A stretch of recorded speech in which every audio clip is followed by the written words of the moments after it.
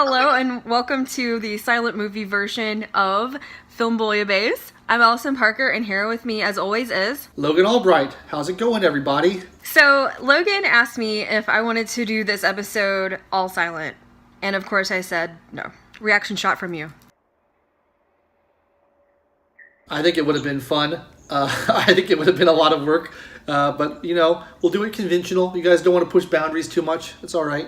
So let's get started. I have three, he has three. We'll go back and forth. My first pick is from 1925. It is Eisenstein's Battleship Potemkin.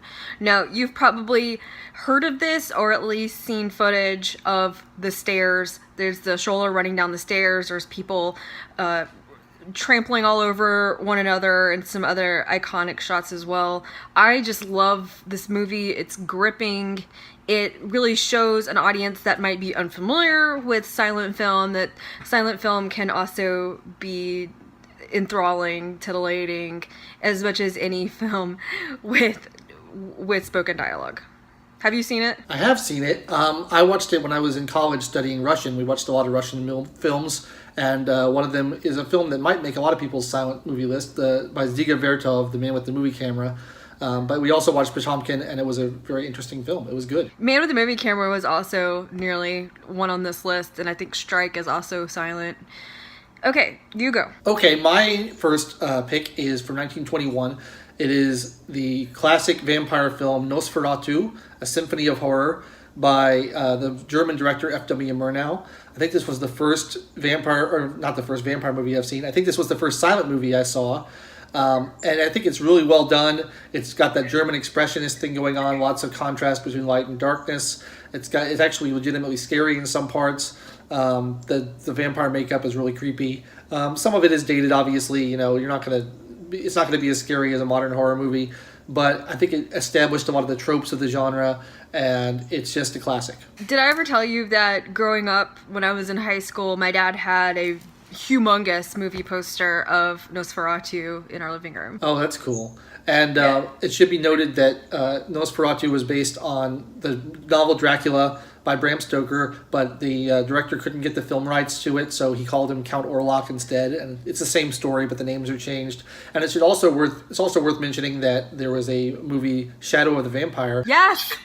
I don't know, like 20 years ago? Yeah, I was going to bring that up if you didn't. And it's about the making of this movie, and it's really good, and you should watch it, because it has Carrie Elwes in it. And Willem Dafoe, too, right? And Willem Dafoe. Yeah, I like that one a lot. So, number 3, I'm going in order. So, the last one was 1925. We're going to go on to 1926 with The General. Now, people love the Marx Brothers, and yeah, I like Charlie Chaplin, but the silent movie star that really has my heart is Buster Keaton. I love Buster Keaton, and The General is kind of his creme de la creme piece. It's probably his magnum opus.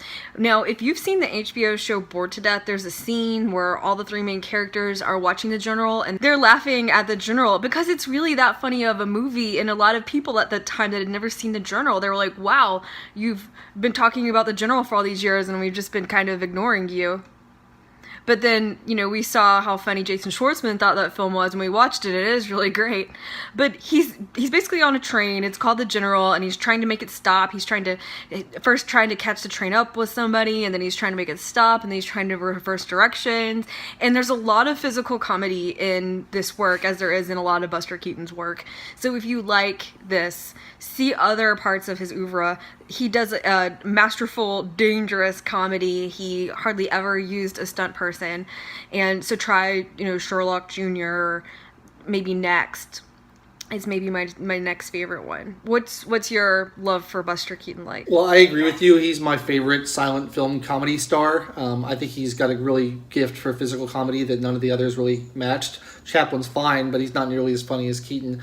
And I wanted to mention Steamboat Bill Jr., which is another great one that he's in, which has that famous scene where the frame of the house falls on him, and he goes right over his head. And that was a really dangerous scene that he filmed without a stunt double as well.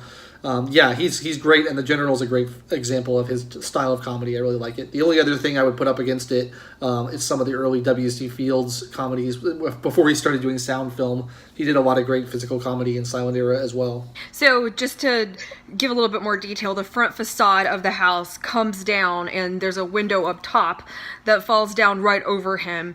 So it falls down within inches. They had to calibrate that correctly. So it's quite scary when you know that that's a full wooden facade or side of a house that's falling on him. Yeah, it's a classic. You've definitely seen that scene cut out somewhere, even if you haven't seen the full film. Okay, well, my next pick is The Thief of Baghdad, starring Douglas Fairbanks Sr. and directed by Raoul Walsh. Before I talk about that, let me just say Raoul Walsh is one of my favorite directors. He went on to direct a lot of sound films. He did some Errol Flynn's. He did some James Cagney's. He directed White Heat, which is my favorite James Cagney film and one of my probably top 5 favorite films of all time. And Raoul Walsh had a cool eye patch as well, which makes him super dashing and awesome. But The Thief of Baghdad is this very elaborate, big budget, like Arabian fantasy. It's basically just Arabian Night stories. It's got a lot of crazy acrobatic feats by the star Douglas Fairbanks. It's got beautiful colored filters put over the lenses, so like all the scenes will be blue or gold instead of just black and white. It's gorgeous. The scenery design is amazing. The special effects are really good. It's just a treat to watch from a visual standpoint, and I like these really elaborate, visually effective silent movies because there's no sound. So you're just looking at stuff, and you want to look at cool stuff. And so I think this movie really does it great. The plot's a standard kind of Arabian romance, trying to get the girl, princess type of thing. Not too interesting, but just the acrobatics that go into it and the special effects and the visual spectacularness of it. I think it was the most expensive film made at the time. It's definitely worth a watch. Thoughts on The Thief of Baghdad, Allison? I love The Thief of Baghdad, and I love Douglas Fairbanks. And there was this movie that came out maybe 2011, 2012, and it won the Best Oscar, and it was a silent film. And its name, it escapes me at the moment. Do you know it? Was it The Artist? The Artist. Yeah, we'll cut all this out. So the film was called The Artist, and the main guy was a cipher, I think largely for Douglas Fairbanks. I didn't actually ever see that movie, but I heard it was good. Oh, it was great. Which leads me on to my 5th pick. And this is Metropolis by Fritz Lang. Now, you may know Fritz Lang from M, which is also a great film, not silent, but I'm here to talk about Metropolis. Now, if you have seen one silent film, it may very well have been Metropolis. About 10 years ago, they released a new version that had 45 minutes-ish of old footage that's been recut back into the film that's supposed to be more in line with Fritz Lang's vision. And it adds a lot of story and it just makes it more cohesive. But it's a masterwork of cinema. It makes people's top 10 lists of all time, not just top 10 silent film features for sure. It's pretty easy to follow plot, and there's a lot of iconic images as well, especially when the worker cyborg type woman starts to come to life and evolve. If you've not seen it, I don't want to give you too many more spoilers for that, but it also has some similar themes to it that Battleship Potemkin also has. Yeah, it's one of the early science fiction movies and really kind of established a lot of the tropes of that genre. A lot of the stuff we see in modern science fiction first was seen in Metropolis, and Fritz Lang is a great director. Like, I loved him as well. Metropolis is just visually, like we were talking about, it's visually stunning like a lot of these films are. It's a great choice.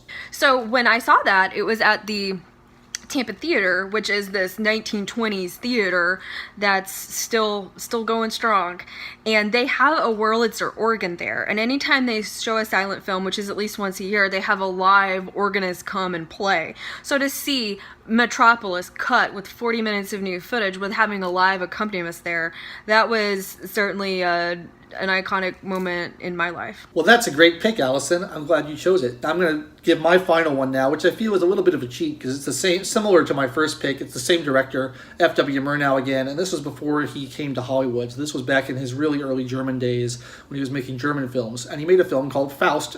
And of course, most people are familiar with the legend of Faust. It's a famous German folk tale that was adapted by a bunch of people, but most famously Johann Goethe. It's a story of a scholar who wants to get occult knowledge, and he sells his soul to the devil in order to get it. And then depending on the ending, sometimes he's redeemed, sometimes he goes to hell, depending on who the adaptation is by. And so, that's the plot. It's a little bit of a, sell your soul to the devil plot, kind of a classic thing. But Murnau treats it with such amazing visuals, such great effects. Like it's like in the I forget what year it came out, but it's the 19-teens. There wasn't a lot of advanced special effects, but what he does with this is brilliant. You have this crazy, scary costume of Mephistopheles. You have lots of kind of weird montages with like fog rolling past the camera.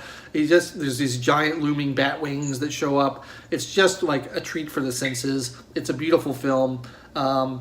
I don't know what much more to say about it than that, but it's just one of those things that I like just watching, taking in the visuals of it, because it's so spectacular, especially given the limitations they had at the time. Okay, so this is our 3 favorite films each. This is hardly an exhaustive list.